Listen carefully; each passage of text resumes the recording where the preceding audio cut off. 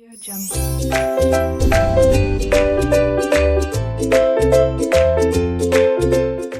Hello students, R K knowledge channel पर आपका welcome है।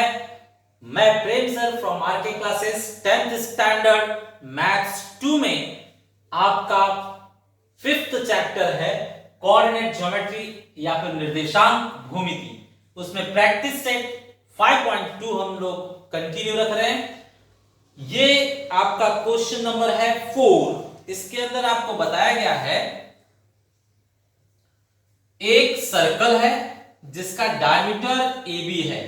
डायमीटर मतलब व्यास, डायमीटर मतलब व्यास। स्टूडेंट्स, व्यास जो हमें दिया हुआ है वो AB है। व्यास का एक पॉइंट इन लोगों ने दिया 2,-3 और दूसरा पॉइंट इन लोगों ने नहीं दिया। ये लोग बोल रहे हैं ढूंढ के बताइए, तो ये जो B का पॉइंट है इन्होंने बताया नहीं, तो हम एज्यूम कर लेते हैं ये दूसरा पॉइंट है, इसलिए x2 y2। सेंटर इन लोगों ने दिया है, सेंटर इन लोगों ने बता दिया -2,0। अब स्टूडेंट्स, हमें B के कोऑर्डिनेट्स निकालने के लिए चेक करना होगा कि परिस्थिति क्या है। तो A और B का ये जो P है वो एग्जैक्टली मिड पॉइंट है। ये और ये सेम होते हैं, P क्या होता है हमेशा मिड पॉइंट, करेक्ट। तो चलिए हम मिड पॉइंट फॉर्मूला लगाकर उसका आंसर निकाल लेते हैं। Solution, P is center and AB is diameter। मतलब P क्या है, केंद्र है, और AB क्या है, व्यास है। Therefore by midpoint formula, midpoint formula, Hindi में मध्य बिंदु सूत्रानुसार, मध्य बिंदु सूत्रानुसार। अब स्टूडेंट मध्य बिंदु का सूत्र लगाइए। मध्य बिंदु का फॉर्मूला है, जो मध्य बिंदु होगा वो सामने खड़ा होगा। Mid point is P, therefore P we will write first। अब फॉर्मूला बताइए। फॉर्मूला है x1 + x2 upon 2 y1 + y2 / 2। ये है मिड पॉइंट फॉर्मूला, मध्य बिंदु सूत्र। अब इसमें वैल्यूज रखिए। वैल्यूज रखा जाए, P मुझे पता है -2,0, सो -2,0। इस साइड वैल्यू रखिए। x1 + x2, पहले पॉइंट में x है 2 और x2 हमें पता नहीं है, तो x2 ही रहेगा अपॉन 2। नाउ स्टूडेंट्स, पहले पॉइंट में y कितना है -3 प्लस y2 हमें पता नहीं है, तो y2 ही रहेगा अपॉन 2। अब स्टूडेंट्स, ये आगे हम सॉल्व नहीं कर सकते, तो फिर मैच किया जाएगा। First is equal to first दिखाया जाएगा और second is equal to second दिखाया जाएगा। सो शो किया जाए। नाउ फर्स्ट बताइए क्या है, -2 इज इक्वल टू क्या होगा, 2x2 अपॉन 2। और सेकेंडली आप देखिए क्या है, 0 is equal to -3 + y2 upon 2। अब इसे सॉल्व कर दीजिए। 2 इस साइड आकर मल्टीप्लाई हो जाएगा, तो ये -4 हो जाएगा। 2 + x2 प्लस 2 इस साइड आकर -2 हो जाएगा, सो x2 वी गॉट -6। x2 आ गया स्टूडेंट्स -6। Now here solve. ये 0 से मल्टीप्लाई होकर 0 हो जाएगा। -3 + y2, -3 इस साइड आकर +3 होगा, that means y2 is equal to 3। Finally हम सेंटर बता देंगे, answer. So answer we got B के कोऑर्डिनेट्स। B के कोऑर्डिनेट्स हमने एज्यूम किया था x2 y2 means -6,3 is your answer. Okay students, ये क्वेश्चन नंबर 5 है। ये बहुत ही अच्छा क्वेश्चन है, इसे ध्यान से समझिए।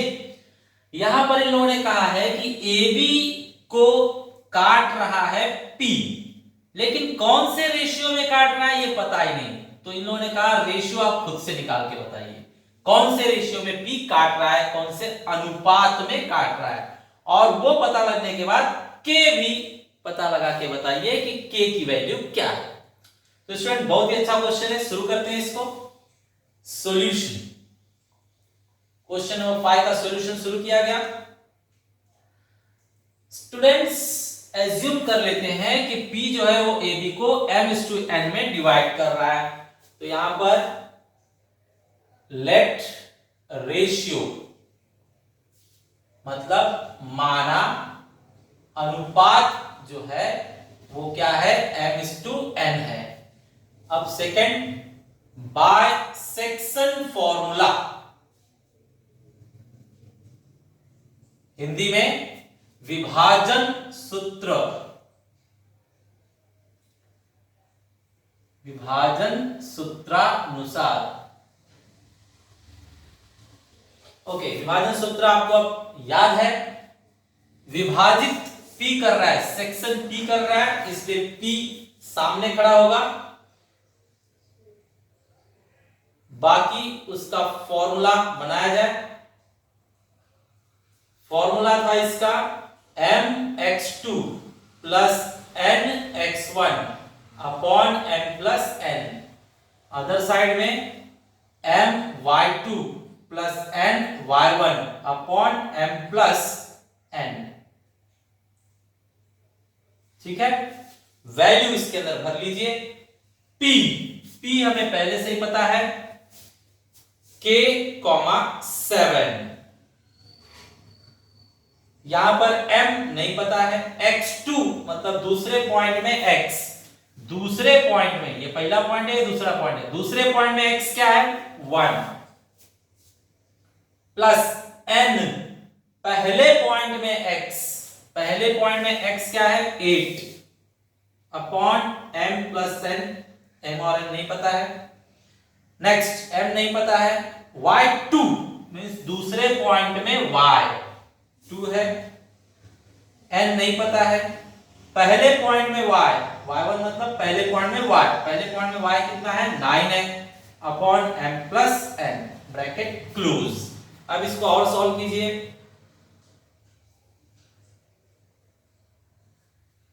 m into 1 m plus 8 into n 8n upon m plus n, यहां पर 2m और 9n upon m plus n, ये ब्रैकेट क्लोज। अब इसको आगे हम सॉल्व नहीं कर सकते, तो मैच करेंगे। पहला पहले से मैच कीजिए, दूसरा दूसरे से मैच कीजिए। तो चलिए मैच किया जाए। Therefore k is equal to क्या बन रहा है, m 8n upon m plus n and 7, दूसरा दूसरे को मैच किया जाएगा, तो 7 का वैल्यू बन रहा है 2m plus 9n upon m plus n। Correct students. अब इसे आप आगे सॉल्व कीजिए, आगे लेकर सॉल्व किया जाए। देखिए k है, ये m प्लस n डिवाइड है, उस साइड जाकर मल्टीप्लाई हो जाएगा, m प्लस n मल्टीप्लाई हो गया, इज इक्वल टू बचेगा m प्लस 8n। अब इसे सॉल्व कीजिए, इसे हम सॉल्व नहीं कर पाएंगे स्टूडेंट्स, तो इसे यहीं पर स्टॉप कीजिए। यहां पर वैल्यू है तो इसे सॉल्व कर पाएंगे, तो ये आप मिटा दीजिए, ये हम k की वजह से सॉल्व नहीं कर पाएंगे, जो वैल्यू वाला है उसको पहले सॉल्व करेंगे, इसको पहले सॉल्व करेंगे। तो दोनों को पहले यहां कॉपी कर लेते हैं। k is equal to m plus 8n upon m plus n, और दूसरा है हमारे पास 7 is equal to 2m plus 9n upon m plus n। तो यहां k है, सॉल्व नहीं हो पाएगा, पहले इस 7 वाले को सॉल्व कीजिए। तो 7 m प्लस n इस साइड आकर मल्टीप्लाई हुआ, डिवाइड था, इस साइड आकर मल्टीप्लाई होगा, is equal to 2m plus 9n। अब स्टूडेंट्स ब्रैकेट ओपन कीजिए, 7m प्लस 7n, 7 दोनों को मल्टीप्लाई होगा, 2m प्लस 9n। अब m वाले एक साइड लीजिए, 7m प्लस 2m इस साइड आकर माइनस 2m, यहां बचेगा 9n प्लस 7n, इस साइड आकर माइनस 7n। तो ये हो रहा है आपका 5m is equal to 2n, मतलब m अपॉन, ये n मल्टीप्लाई है, इस साइड आकर डिवाइड होगा, 2 अपॉन 5, इसे रेशियो में कन्वर्ट कीजिए, m/n इज इक्वल टू 2:5। तो ये हुआ स्टूडेंट्स रेशियो। हम रेशियो ढूंढ रहे थे m/n, वो आ गया 2:5। अब अगला काम है k भी फाइंड आउट करना है। तो जो भी वैल्यू आपने फाइंड आउट कर लिया है वो यहां पर सब्स्टिट्यूट कर दीजिए, रख दीजिए। तो m का वैल्यू क्या है 2 और n का वैल्यू क्या है 5। m का वैल्यू है 2 और n का वैल्यू है 5। सॉल्व कर दीजिए। तो 2 8 5 40 और नीचे 7, 42 अपॉन 7, मतलब k का वैल्यू आ गया 6। इस तरह से हमने रेशियो भी ढूंढ लिया और k का भी वैल्यू हमने ढूंढ लिया। ये कंप्लीट हुआ। ओके स्टूडेंट्स, ये दोनों क्वेश्चन एक जैसे हैं, question number 6 and question number 7, इसलिए दोनों क्वेश्चन एक साथ लिए जा रहे हैं। एक में हमें मध्य बिंदु निकालना है और एक में हमें केंद्रक निकालना है। मध्य बिंदु मींस मिड पॉइंट और केंद्रक मींस सेंट्रोइड। तो देखिए, जो मिड पॉइंट होता है वो एकदम बीचों बीच में होता है। जो बीचों बीच में है उसे मैं m कह देता हूं, इसे a कह देता हूं, इसे b कह देता हूं। अब मिड पॉइंट का जो निर्देशांक कोऑर्डिनेट निकालना है उसके लिए फॉर्मूला लिखा जाए बाय मिड पॉइंट फॉर्मूला, मतलब मध्य बिंदु सूत्रानुसार, मध्य बिंदु सूत्रानुसार फॉर्मूला है आपका m is equal to x1 plus x2 upon 2 y1 plus y2 upon 2। बताइए, पहले पॉइंट में x 20, दूसरे पॉइंट में x 0 अपॉन 2। बताइए, पहले पॉइंट में y 20, दूसरे पॉइंट में y 16 अपॉन 2। अब बताइए ये कितना हो रहा है 22 अपॉन 2 और ये 36 अपॉन 2, मीन्स फाइनल आंसर 11 18। इसका आंसर हो गया, इसका जो मिड पॉइंट है उसके कोऑर्डिनेट हुए 11, 18। Now this one centroid. Centroid क्या होता है स्टूडेंट, आप जान लीजिए। सेंट्रोइड जो होता है वो एक मीडियन, दो मीडियन, तीन मीडियन, मीडियन मतलब माध्यिका ड्रॉ करने के बाद जो ये पॉइंट आता है इसको हम बोलते हैं सेंट्रोइड, मींस केंद्रक, और इसे G से रिप्रेजेंट किया जाता है, इसलिए यहां पर G से हम शो करेंगे। तो क्या लिखा जाए, बाय सेंट्रोइड फॉर्मूला, मतलब केंद्रक के सूत्रानुसार, केंद्रक के सूत्रानुसार। बताइए सूत्र क्या है, G x1 plus x2 plus x3 upon 3, y1 plus y2 plus y3 upon 3। ये आपका फॉर्मूला है। यहां पर 2 तक था तो अपॉन 2, यहां पर 3 तक है तो अपॉन 3। अब चलिए वैल्यूज, पहले पॉइंट में x -7, दूसरे पॉइंट में x 2, तीसरे पॉइंट में x 8 अपॉन 3। नेक्स्ट, पहले पॉइंट में y 6, दूसरे पॉइंट में y -2, तीसरे पॉइंट में y 5। ये खत्म, बस सॉल्व कर दीजिए, आंसर सामने। तो 10 में से 7 गया तो 3 और यहां 11 में से 2 गया तो 9, मतलब ये 1,3 आ रहा है। ये हो गया आपका सेंट्रोइड का coordinate. Correct students. Now question number 8। 8 में देखिए सेंट्रोइड हमें दिया हुआ है, पॉइंट सी इन लोगों ने गायब कर दिया, तो उसे हम एज्यूम कर लेते हैं पॉइंट सी तीसरा पॉइंट है, इसलिए x3 y3। अब सेंट्रोइड दिया हुआ है तो सेंट्रोइड फॉर्मूला लगाएंगे। केंद्रक सूत्र लगाएंगे तो यहां पर लिखा जा रहा है बायसेंट्रोइड फॉर्मूला, मीन्स केंद्रक के सूत्रानुसार। ठीक है, अब बताइए सूत्र क्या है? सूत्र है आपका जी, केंद्रक को जी कहा जाएगा, x1 plus x2 plus x3 upon 3 और y1 plus y2 plus y3 upon 3, बीच में कॉमा होना चाहिए। ठीक है, अब वैल्यू रखिए, जी हमें पहले से पता है -4, -7, बाकी वैल्यूज रखिए। पहले बिंदु में x, दूसरे बिंदु में x, तीसरे बिंदु में x, तो पहले में x ये है, दूसरे में x ये है, तीसरे में x ये है, तो सबको लाइए -14 प्लस 3 प्लस x3 अपॉन 3, फिर पहले में y, दूसरे में y, तीसरे में y, पहले में y ये है, दूसरे में y ये है और तीसरे में y ये है, तीनों को लाइए -19 प्लस 5 प्लस y3,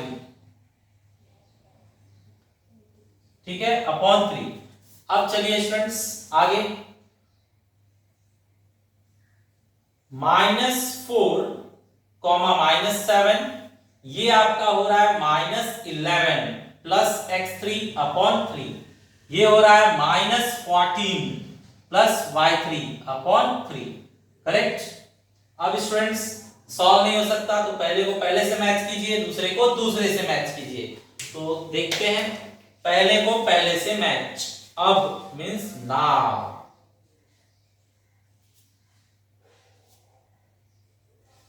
पहले को पहले से मैच कीजिए, मींस -4 को मैच करेंगे -11 प्लस x3 अपॉन 3 से, और दूसरे को दूसरे से मैच कीजिए, मतलब -7 को मैच करेंगे -14 प्लस y3 अपॉन 3 से। अब सॉल्व कीजिए, 3 यहां डिवाइड है, इससे हटाकर मल्टीप्लाई हो जाएगा, तो मल्टीप्लाई कीजिए, 3 4 जा 12, 11 यहां माइनस है, इससे हटाकर प्लस हो जाएगा, +11, तो बताइए कितना हो रहा है -1, तो x3 हमने ढूंढ निकाला, x3 का वैल्यू हमारे लिए है -1। सिमिलरली y3 भी ढूंढा जाए, 3 डिवाइड है, इससे हटाकर मल्टीप्लाई होगा, 7 3 जा 21,